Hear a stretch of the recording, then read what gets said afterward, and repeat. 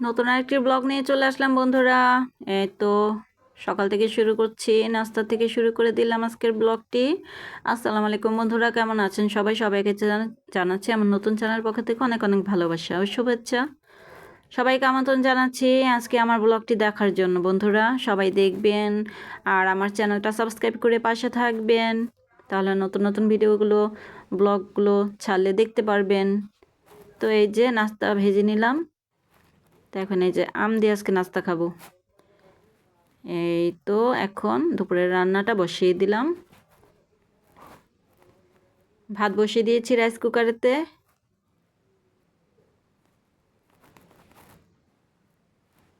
তেল দিয়ে দিলাম, কড়াই বসিয়ে দিয়েছি আর একটা চুলাতে।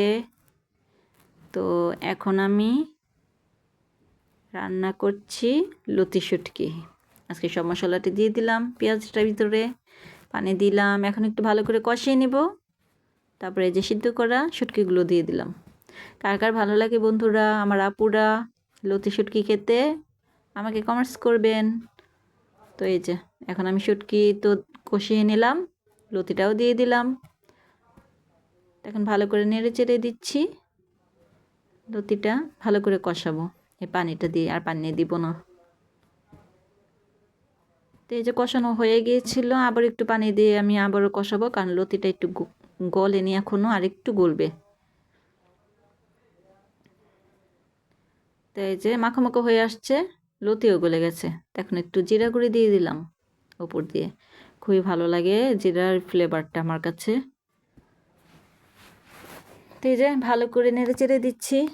আজকে আমি 3টা রেসিপি নিয়ে চলে আসছি বন্ধুরা আপনাদের সাথে শেয়ার করার জন্য। তো লতি তো রান্না হয়ে গেল, এখন রান্না করব কি জানেন? করলা ভাজি। কার কার ভালো লাগে এই করলা ভাজি? আমার তো খুবই ভালো লাগে। তো এই যে আমার পেঁয়াজটা লাল হয়ে গেছে, এখন আমি এর মধ্যে কেটে ধুয়ে রাখা করলা এবং আলু দিয়ে দিব। আজকে একটু করলাটা আমি একটু মোটা মোটা করেই কেটেছি।